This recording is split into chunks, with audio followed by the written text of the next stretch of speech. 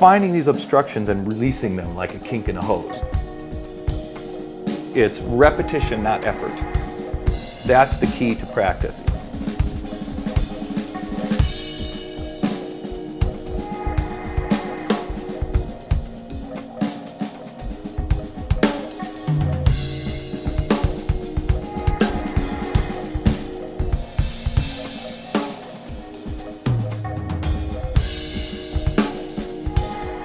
I mean, I do still consider myself to be a jazz player. I did focus on that for really heavily for quite a few years. So I do consider myself that, but not just that, you know. And I think that's one thing that, fast forwarding back to now, that's one thing that helped me get certain gigs like Hamilton, was just the versatility factor and the fact that I was comfortable playing rock and hip hop and swing and all these different things and just bouncing back and forth. That's really important if you're doing a theater gig. Yeah. Being able to read, being able to play with a click, being able to play with a conductor, being able to follow a conductor, you know, when they go boom.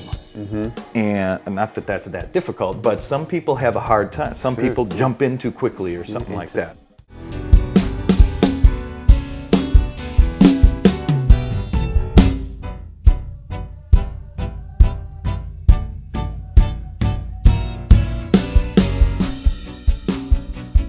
I did a couple of shows in high school and early college, but then didn't really do any of it for quite a long time.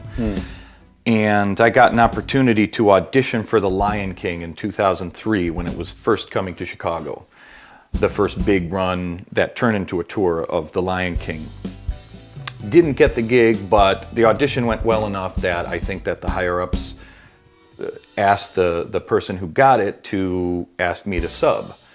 So I got into it from subbing, and that's pretty much how you get into doing any kind of theater work. Is you have to sub first, and then if you sort of prove yourself that way, they might start asking you to be a regular.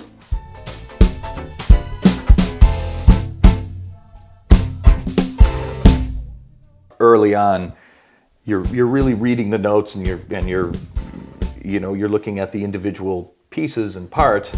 Now it's at a point where I'm still using my music, but it's very much I'm looking at the big picture. I'm not looking at the individual parts, but the big picture is there, and it's still kind of giving me a clue as to the form of the song and all that stuff in case I forget or space out or something like that.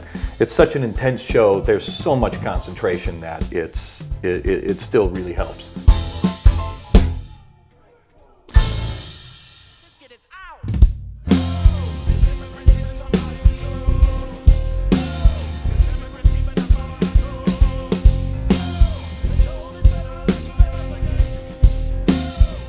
It's extremely demanding from the standpoint of concentration. It's not a terribly difficult book to play technically. I mean, there are a few things here and there that kind of take a little bit of the opening fill to Schuyler Sisters, and a couple of those things take a good amount of precision.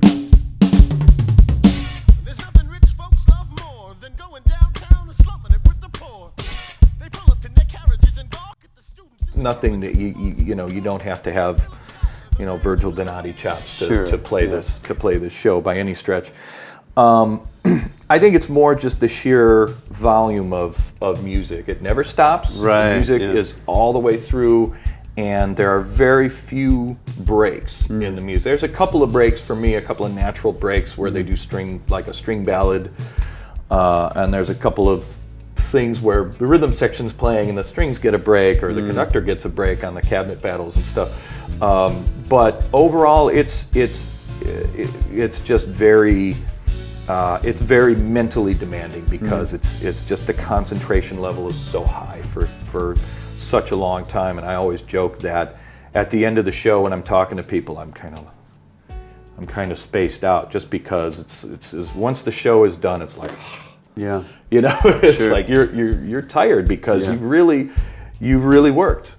really worked. And I almost feel sometimes like I could go do brain surgery after this, because it's like that's focus. Yeah. Not that I have the ability to do that, but the focus and the concentration level is so high for so long, right, that it's wonderful training, but I get spaced out. And on the 2 show days, the two things I need immediately right after the first show is food and a nap. I gotta turn my brain off. I gotta get that mental rest, because mental energy is physical energy. It's more than anything. It's just a matter of maintaining my energy. Eating well, working out, not drinking too much.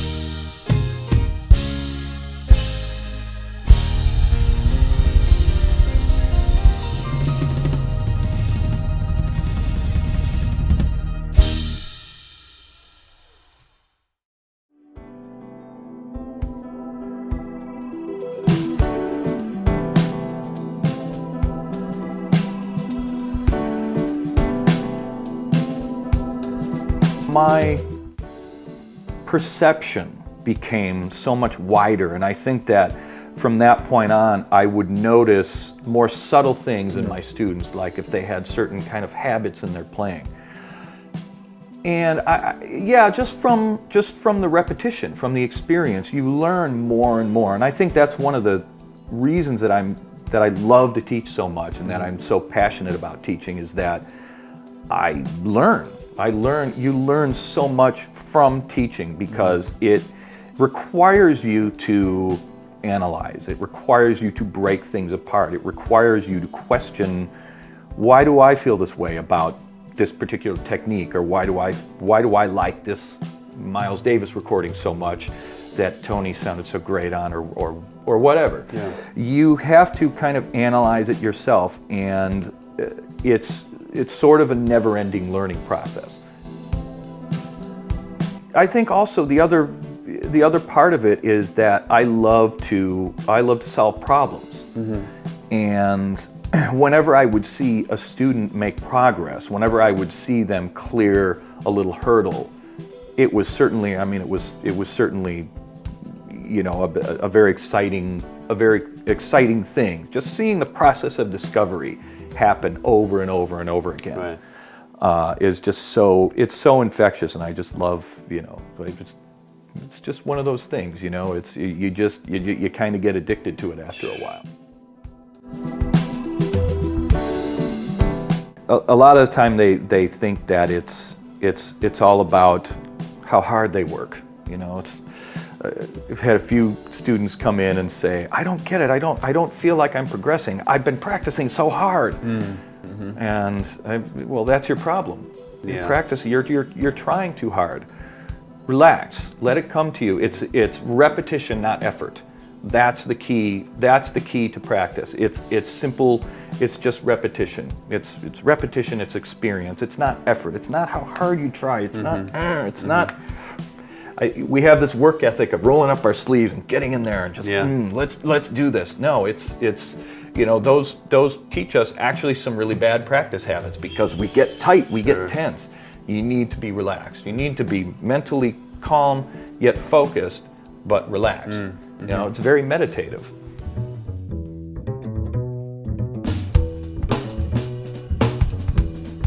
I think a large part of my educational strategy, if you want to call it that, is to observe the mental habits of students and to find out what is driving them, mm-hmm. what might be holding them back. Mm. I think the mental is the master of the physical. And if somebody has a roadblock, finding those roadblocks and overcoming them. And we talked about the great author Josh Waitzkin, who wrote this wonderful book called The Art of Learning. He talks a lot in that book and any interviews and podcasts that he's in. He talks about finding these subtle obstructions that people have. And the higher level you get to, the more subtle these obstructions are. Finding these obstructions and releasing them like a kink in a hose. It's sort of like the question, well, what do you do when a student doesn't practice? That's what I do. I always treat a lesson, a private lesson, as a assisted practice session rather than a performance, like you have to come in and perform for me. I'm very much process oriented rather than results oriented, like, okay, work on this, and have it down by next time.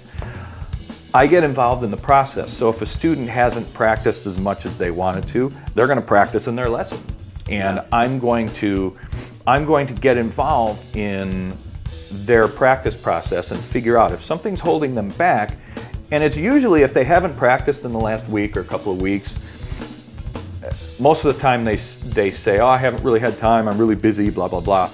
There's a reason beyond that that they haven't. There's something that's holding them back. There's something that's holding them, a fear of some. So it usually comes down to fear. I'm afraid I'm going to look bad. I'm afraid I'm going to sound bad.